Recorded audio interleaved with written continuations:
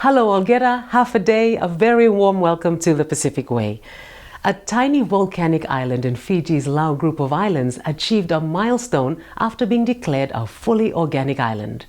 The 22nd of June 2013 was a day engraved in the hearts of the people of Vivia when they welcomed and agreed to the wishes of their elders to pledge and make Vivia Island fully organic. Located in Fiji's southeast, Vivia Island has become a shining example to the rest of the Pacific because of its effective farming practices. Let's take a look.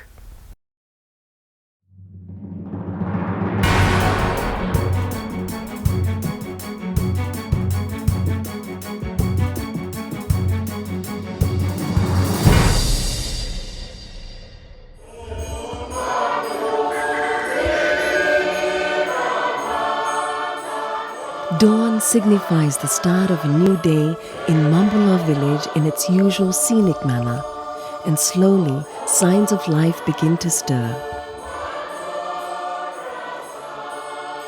The villagers are out and about busying themselves with early morning chores. But there's something different about this day. As breakfast is being prepared, other activities in the kitchen are already underway.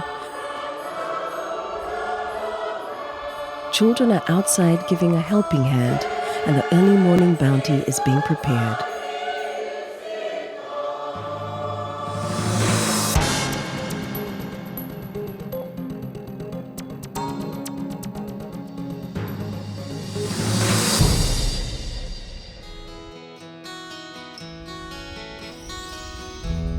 Located on Fiji's southwest island, Mambula and the neighboring villages on Vivia Island in Fiji's Lau group have cause for celebration.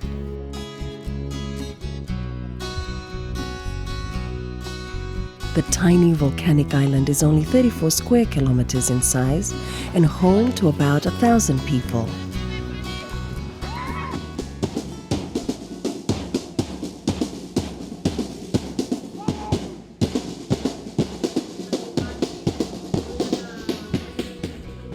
The 22nd of June 2013 was a day engraved in the hearts of the people of Vivia when they welcomed and agreed to the wishes of their elders to pledge and make Vivia Island fully organic. I'm very happy standing here with the elders who are in the house and the student. I think for the students, you mark this day, the 22nd of June 2003. I think today is when your elders is handing over to you and guaranteeing your future by declaring this island organic. And I think that's a very, very powerful, symbolic ceremony that we're having today. Remember, this day is when your elders, your parents, is guaranteed that Vivia will remain beautiful.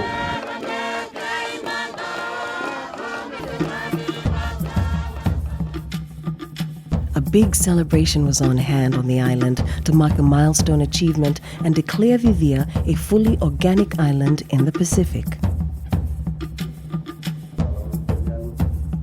People of all ages turned out to witness the chairman of the Vivia Island Tikina Council and the island pastors and village elders in declaring Vivia Island organic. Diku sampai wa durgi na kena vinakach me marauta ki didi na kena sana mai ibola ni sapa andita ko didi me bonua ni organic bandita ke uru loko ya atuna ne me na buna buena signi mot ni signi kuwa ne marauta ka tuna na kai alo na kena tale na kena vinaka na kai non ro na kaumbula mai murera kichukoi butiman. Okay, maruta ichuki na kaya ambatani kimin maruta ka chukuna kena laka wala na songui beleta ni maruta kinabika kimin may bulo tukin kasi nga na may bulo nga nandun ng leka na bulo nandun ng blau. This major achievement was possible through the Pacific Organic and Ethical Trade Community, POETCOM, with the funding by the International Fund for Agricultural Development, IFAD.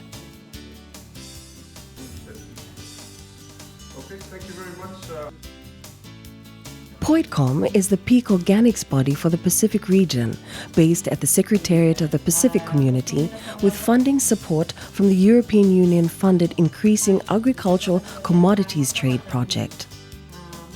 Really important thing is that this is about partnership, and we can't do this without support of partners in the region, technical assistance, donors like IFAD who've supported this particular project, and Secretary of the Pacific Community, which also supports POITCOM. So I think that partnership, working with a community, is really essential to the success. POITCOM, in partnership with the Ministry of Agriculture, is working with the Vivia Rural Development Committee and the island community in building farmer capacity through a method of organic certification known as Participatory Guarantee System, or PGS, for local market chains for organic produce. Essentially, the idea of organic derives from a sort of an approach to farming and producing food, which is inherently using natural systems and working with nature, as opposed to using chemicals and fertilizers and fungicides. Participatory guarantee systems has really evolved as a methodology to describe a way that people who are in remote locations or particularly poor can come together to better utilize the resources they have. And through group organisation, they're able to access markets that they otherwise can't access, because collectively they get a critical mass of product, whereas on their own they are relatively small and insignificant in the marketplace.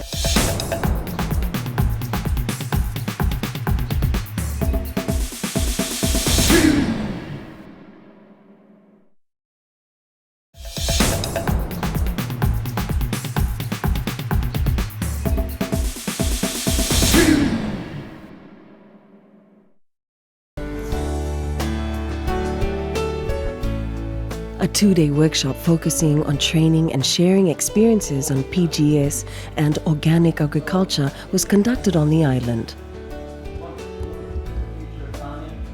The interesting aspect of the training was the involvement of students of the Vivia High School. When we first started, one thing we did was to try and have something in place that will one, inspire students. Secondly, it would be meaningful to the students. And thirdly, it would be significant or perhaps something that makes more meaningful to the students. So we selected the coconut simply because that seems to be the basic source of survival on the island.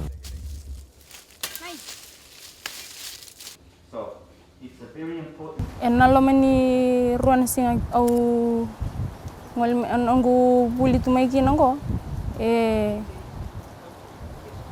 so sarna kavina ka buli tumai kina en abu ninungu tortal sunga na lesuni vakaramba ile butekina nanungu bulaka bakabuli nanungu ratal ngamiukila ni kepaka en sing banta kina na fertilizers na vina kadaksara nanumu vika korin rawat maikina.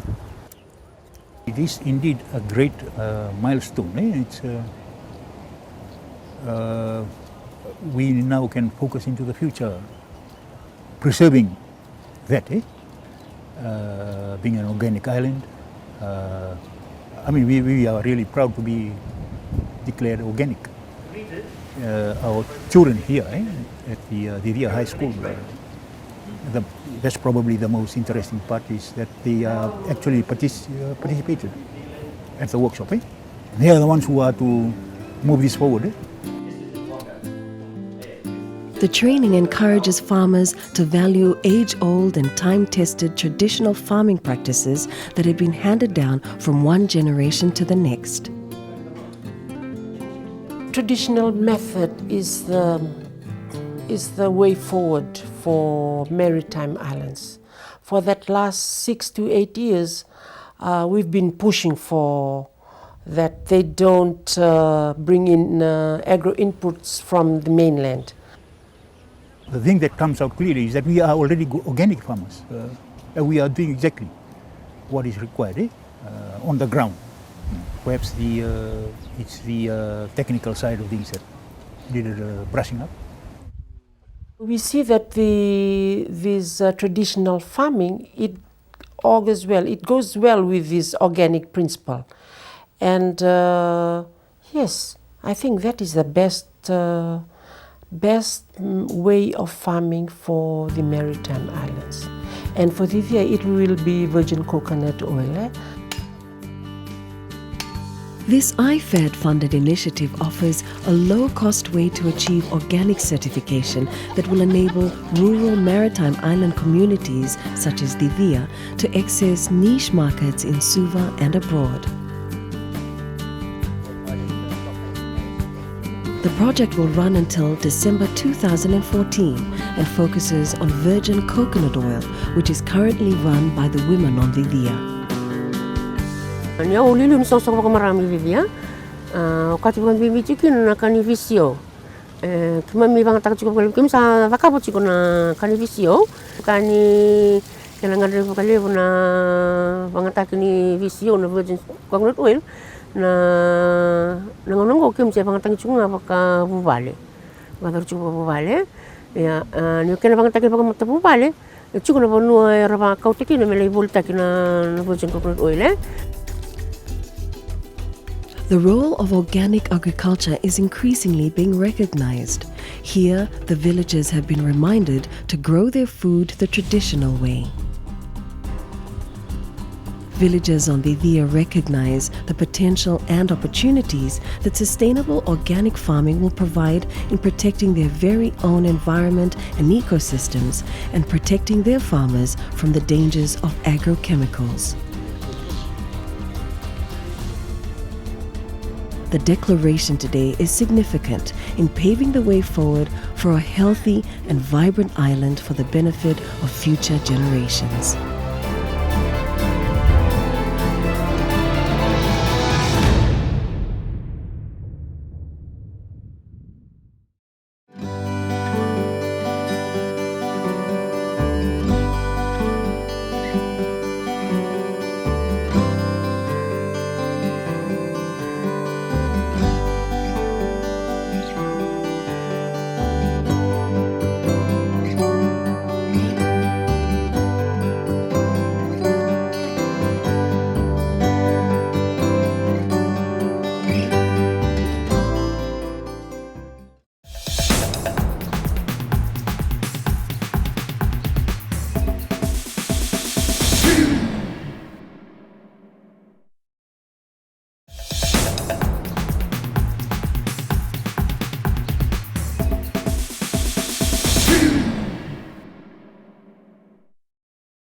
Welcome back to the Pacific Way. The Pacific Youth Council, or PYC, is a regional non-government organization based in Fiji. Established in 1996, it acts as an umbrella body for national youth councils across the Pacific region, coordinating the needs and voice of youth. Told mostly from the perspective of our young people, this next story highlights how the PYC has evolved and is effectively empowering the Pacific's young generation to become active citizens and leaders in their local communities, nation and region.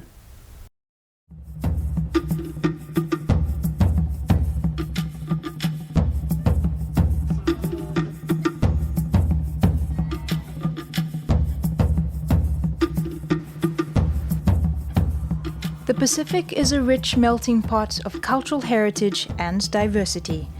The small island nations that inhabit the world's largest ocean are home to over 10 million people, a large portion of which are youth.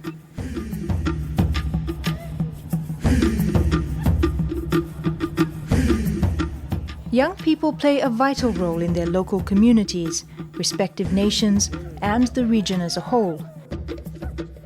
They possess the immense potential to drive productivity and development. Today's youth are tomorrow's leaders.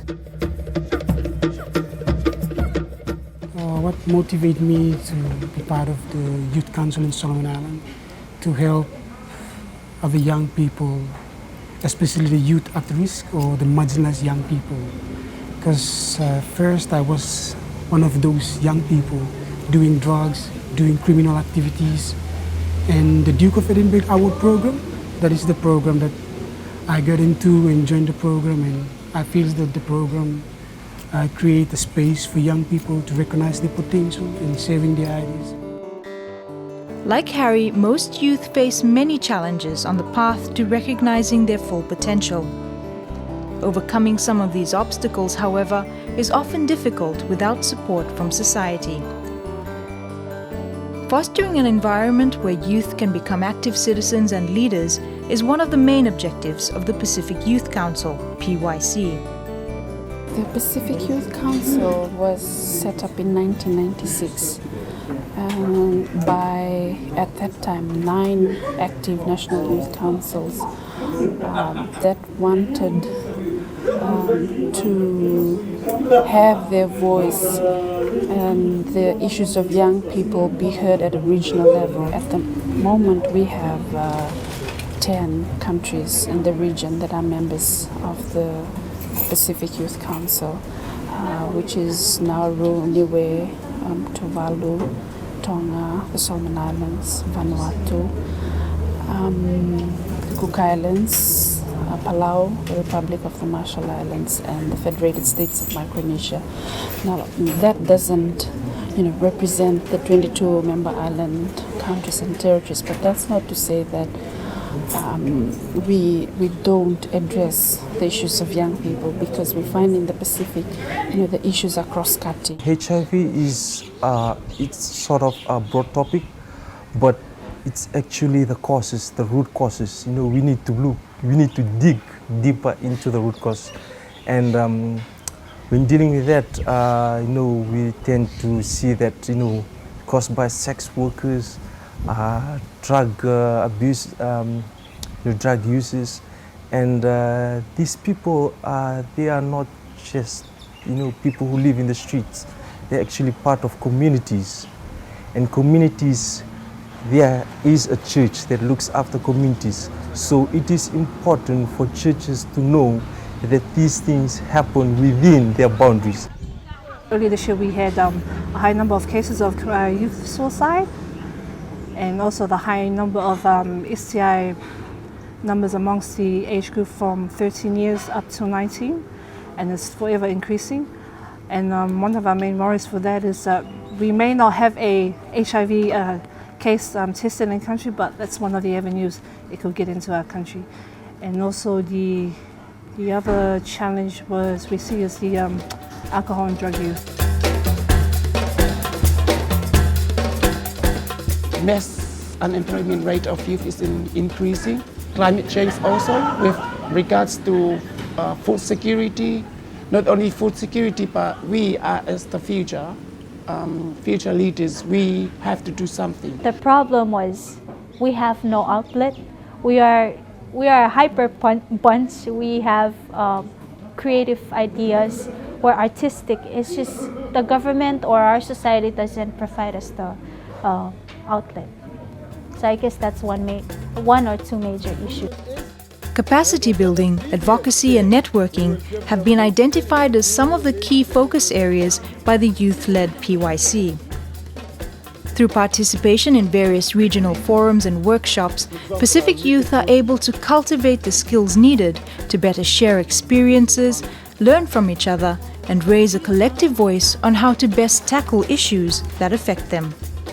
Everything has to be evidence-based, and I'm quite sure you have heard enough today of what we have done through the Pacific Council and some of our major achievements. It is because for the help of the donors. I have to just to let them know that the importance of the support, because it's not like some other organization. We already have a structure set up. We have an office set up. We have this program. We want you to support a program, but this is capacity building provided for the young people. The young people do not have the capacity to be a secretary. They don't have the capacity to be a manager and on all the administrations. Those are a learning process. We're giving them a whole lot of new experience to become leader themselves and be active in their own country.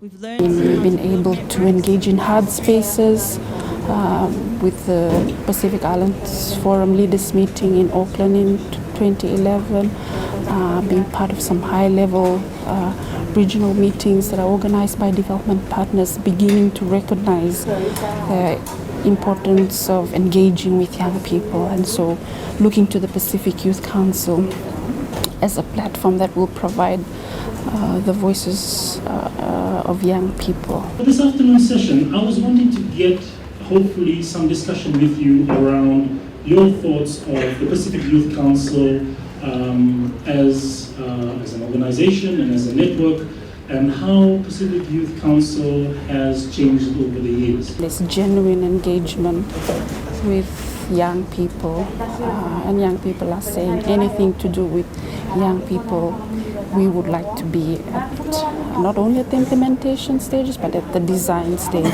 from the beginning, all the way to the end, so that there's ownership. The Pacific Youth Council is kind of like encouraging young people, emerging young leaders to come up and do capacity building, to go back to their country and implement what they have learned through their regional trips, especially the one we come here in Suva. So having a council is getting reps from the other groups, brainstorming what they do and how it can help nationally to our country. So it's good to have a whole collective of young people from other different groups.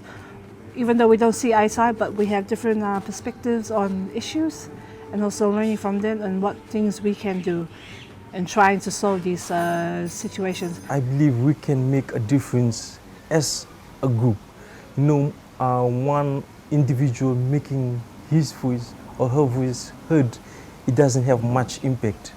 But if we have youth, forming a group, it will have much impact, and it will have the attention of church leaders and also politicians, governments. So yes, they do have a great impact if we work in groups.